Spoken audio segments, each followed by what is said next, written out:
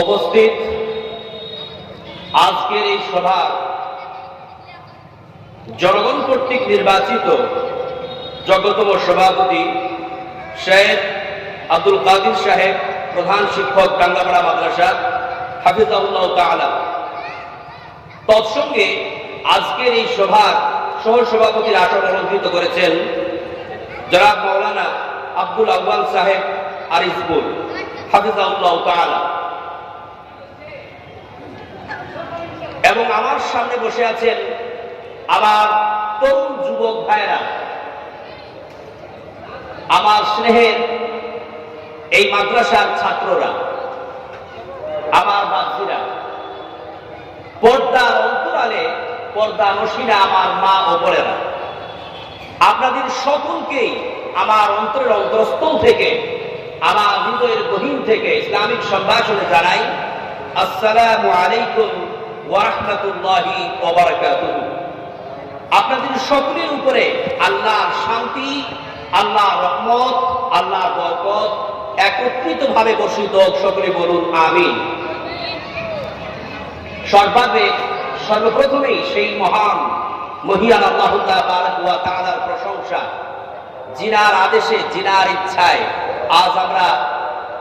এই মাদ্রাসার জালসায় একটি ইসলামিক ধর্মীয় সভায় উপস্থিত হওয়ার তৌফিক এনায়েত পেয়েছি। তাই সকলেই একবার আপন অন্তর খুলে পড়ুন আলহামদুলিল্লাহ। তারপরে পরেই আমাদের আখরি নবী, শেষ নবী জনাব রাসূলুল্লাহ সাল্লাল্লাহু আলাইহি সাল্লামের প্রতি সহস্র শান্তির ধারা অবতীর্ণ হোক। আল্লাহুম্মা সাল্লি আলাইহি ওয়া আল্লাহুম্মা বারিক আলাইহি। ব্রাদার ইসলাম, আমি আমার আলোচনার শুরুতেই আপনাদের মাঝে পবিত্র কোরআনুল কারীম থেকে একটি আয়াত তেলাওয়াত করেছি এবং একটা বিশাল বড় হাদিসের শেষ অংশ পেশ করেছি। ইনশাআল্লাহ তাআলা কোরআনের আয়াত এবং হাদিসের দিকে দৃষ্টিপাত করে আপনাদের মাঝে একটা সাবজেক্টের উপরে, সহিহ কোরআন এবং হাদিসের উপরে একগুচ্ছ আলোচনা তুলে দেব ইনশাআল্লাহ তাআলা। কিন্তু আমার আলোচনা করতে একটু ইতস্তত হচ্ছে, এই আপনাদের এলোমেলো পরিবেশ দেখে আমি কিন্তু আলোচনায় স্পৃহা পাচ্ছি না। প্লিজ ভাই, আমি বহু দূর থেকে আপনাদের মাঝে এসেছি, আপনারা আমাকে কিভাবে নিয়েছেন সেটা আপনাদের ব্যাপার, কিন্তু আমি বহু দূর থেকে আপনাদের মাঝে এসেছি কিছু কোরআন এবং হাদিসের আলোচনা করার জন্য, আপনাদেরকে শোনানোর জন্য। আপনারা যেভাবে বসে আছেন এটা কিন্তু ইসলামিক মাহফিলে বসার আদব না, এটা ইসলামিক মাহফিলের বেয়াদবি হচ্ছে। আল্লাহর কসম করে বলি এটা বেয়াদবি হচ্ছে। সামনের চেয়ারগুলো ফাঁকা আর আপনারা লুকিয়ে লুকিয়ে কোথাও বসে আছেন। আপনারা কখনো এটা ইমাজিন করলেন না যে আমি লুকিয়ে লুকিয়ে আড়াল থেকে তো বক্তাকে দেখতে পাবো, বক্তাকে শুনতে পাবো, কিন্তু বক্তা যে শ্রোতার দিকে দৃষ্টিপাত করে কথা বলবে, এই এনার্জিক্যাল মুভমেন্ট যদি তৈরি না করা হয় তাহলে কিন্তু বক্তা আলোচনা করতে পারবেন না। ভাই, আমি বড় জোরে অনুরোধ করে বলতেছি, যারা আমার চাহিদা রয়েছেন, যারা আমাকে ভালোবাসেন, প্রাণ প্রিয় ভাইয়েরা, তরুণ যুবকেরা যারা রাস্তাঘাটে ঘোরাফেরা করতেছ, খবরদার ওই সমস্ত জায়গাগুলোকে পরিত্যাগ করে আমার সামনে এসে বসুন। প্লিজ ভাই, অনুরোধ করে বলতেছি, আমি আপনাদের দিকে দৃষ্টিপাত করে কথা বলতে চাই। এই বাচ্চাদের বসিয়ে দিয়েছেন, এরা কথাও বুঝতে পারবে না আর আমার ব্রেন ডাইভার্ট হবে। আমি চাই কিছু শিক্ষিত মানুষ, যারা জ্ঞানী, যারা কোরআন হাদিস বুঝেন, আমার সামনে এসে বসুন। ইনশাআল্লাহ তাআলা আপনাদের মাঝে একটা সাবজেক্টের উপরে আলোচনা করব, কারণ আমি আব্দুল আলিম বিন ইসমাইল এলোমেলো আলোচনা করতে পছন্দ করি না এবং এলোমেলো আলোচনার যারা বক্তা তাদেরও পছন্দ করি না। আমি চাই যে এই ধর্মসভাগুলো, এই আলোচনা সভাগুলো ক্লাসিক্যাল হবে, যাতে করে বক্তারা এখানে এসে একটা সাবজেক্টের উপরে আলোচনা করবে, যাতে করে আমরা শ্রোতারা সেখান থেকে একটা সাবজেক্টের উপরে সার্বিক কিছু জ্ঞান অর্জন করে বাড়ি যেতে পারি, তাই কিনা বলুন? আর আমি আমার এটা বেড অভ্যাস বলতে পারেন বা ভালো অভ্যাস বলতে পারেন, আমি একটু কথোপকথনের আকারে আলোচনা করতে ভালোবাসি। কিন্তু আপনারা এত দূরে বসে আছেন, এই জলসা কমিটি মানে এত দূরে আপনাদের বসিয়েছে বক্তা থেকে, যে বক্তার সঙ্গে শ্রোতার যে একটা কমিউনিকেশন, এটা কিন্তু তৈরি হচ্ছে না। তো যাই হোক, যেখানকার যেমন পরিবেশ সেটাকে মানিয়ে আলোচনা করতে হবে, কারণ আমার সময়টাও অল্প। এদিকে যদি ভূমিকায় অনেকগুলো কথা বলে ফেলি তাহলে হয়তো আলোচনা করতে পারবো না। আমি আলোচনার পূর্বে আর কয়েকটি কথা বলতে চাই, সেটা হচ্ছে এই, এদিকে অ্যাটেনশন প্লিজ, আপনারা আপোষে কথা বলবেন না, আমার দিকে মনোযোগ হন। আমি হাজার হাজার মানুষের সামনে কথা বলি এবং তারা আমার দিকে দৃষ্টি আকর্ষণ করে থাকে। আপনাদের এলোমেলো দৃষ্টির জন্য আমার একটু ব্যাঘাত ঘটতেছে। আল্লাহর কাছে দোয়া করি, আল্লাহ পাক আমাদেরকে তৌফিক দান করুন। যে সমস্ত আমার ভাইয়েরা আমার সামনে বসে আছেন, একটু মনোযোগ দিয়ে শোনার চেষ্টা করবেন। এই যে প্যান্ডেলের ছত্র ছায়াতল, এই যে প্যান্ডেলের ছত্র ছায়াতল, এর নিচে যে আপনারা অবস্থান করে আছেন, আপনারা জানেন আপনারা কোন জায়গায় আছেন। এবং ইন দ্য মিন টাইম যে সমস্ত আমার ভাইয়েরা, যে সমস্ত আমার বাপজিরা, যে সমস্ত আমার মা ও বোনেরা এই জলসার বদন্যতায় পার্শ্ববর্তী এলাকায় যে মেলা বাজার লেগেছে, ওই মেলা বাজারে ঘুরে বেড়াচ্ছে, রাস্তাঘাটে ঘুরে বেড়াচ্ছে, তারা কোন জায়গায় আছে এটা কি আপনি কোনোদিন গেস করেছেন? এটা কল্পনা করেছেন? দেখুন আমার ভাইরা, আপনারা যারা এই সময়ে এই প্যান্ডেলের ছত্র ছায়াতলের নিচে অবস্থান করে আছেন, আপনারা কত বড় একটা দামি জায়গায় বসে আছেন, আপনারা কোন জায়গায় বসে আছেন এটা জানার জন্য, এটা বোঝার জন্য আমি আপনাদের সামনে একটি হাদিস রাখছি, মন দিয়ে শুনবেন। আল্লাহ পাক রব্বুল আলামিনের নবী বলেন, ওয়া মাজতামা কওমুন ফি বাইতিন মিন বুয়ুতিল্লাহ, যখন কতগুলি মানুষ একসঙ্গে মিলিত হয়ে, একসঙ্গে জমায়েত হয়ে আল্লাহর ঘর সমূহের মধ্য থেকে কোন একটা ঘরে অথবা কোন একটা জায়গায় অবস্থান করে, ইয়াতলুনা কিতাবাল্লাহ, আল্লাহর কিতাব তেলাওয়াত করে, ওয়া ইয়াতাদারাসুনাহু বাইনাহুম, এবং কোরআন এবং হাদিসের আলোচনা শ্রবণ করে, আল্লাহ পাক রব্বুল আলামিনের নবী বলেন, ইল্লা নাযালাত আলাইহিমুস সাকিনাহ, আল্লাহর প্রশান্তি তাদের উপরে বর্ষিত হয়, আল্লাহর শান্তি তাদের উপরে বর্ষিত হয়, ওয়া গাশিয়াতুহুমুর রাহমাহ, এবং আল্লাহর রহমত তাদেরকে চতুর্দিক থেকে বেষ্টন করে নেয়, ওয়া হাফাতুহুমুল মালায়েকা, আল্লাহর অসংখ্য ফেরেশতা তাদেরকে চতুর্দিক থেকে বেষ্টন করে নেয়, ওয়া যাকারাহুমুল্লাহু ফী মান ইনদা, এবং আল্লাহ পাক রব্বুল আলামিন ফেরেশতাদের মাঝে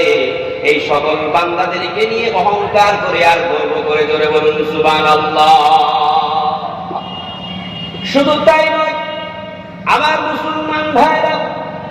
আমার মুসলমান ভাইরা, যে সমস্ত আমার ভাইরা,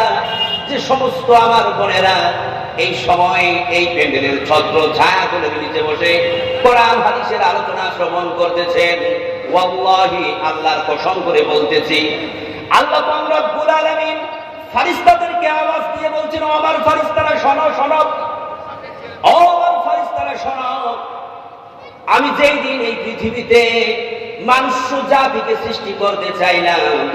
মানুষকে সৃষ্টি করার, মানুষকে তৈরি করার ইচ্ছা পোষণ করলাম, তখন তোমরা বলেছিলে যে আল্লাহ তুমি এই মানুষদেরকে সৃষ্টি করো না, এই মানবদেরকে সৃষ্টি করো না। কেননা আল্লাহ এই মানুষেরা পৃথিবীতে যাওয়ার পরে একে অপরে দাঙ্গা ফাসাদ করবে, মারামারি করবে, হানাহানি করবে, কাটাকাটি করবে, রক্তপাত ঘটাবে। আল্লাহ তুমি এই মানুষদেরকে সৃষ্টি করো না, কেননা আমরাই তো আপনার প্রশংসা এবং পবিত্রতা বর্ণনা করার জন্য যথেষ্ট। ও আমার ফেরেশতারা শোনো, সেই দিন আমি আল্লাহ বলেছিলাম, ইন্নী تعلمون ও আমার ফেরেশতারা শোনো আমি আল্লাহ যা জানি তোমরা তা জানো না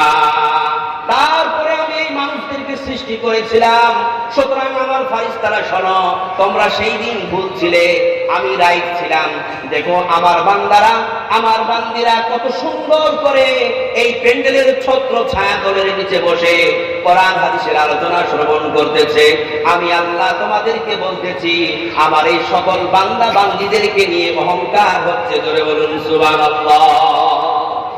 তার মানে যারা আপনারা এই প্যান্ডেলের ছত্র ছায়াতলের নিচে বসে কোরআন হাদিসের আলোচনা শ্রবণ করতেছেন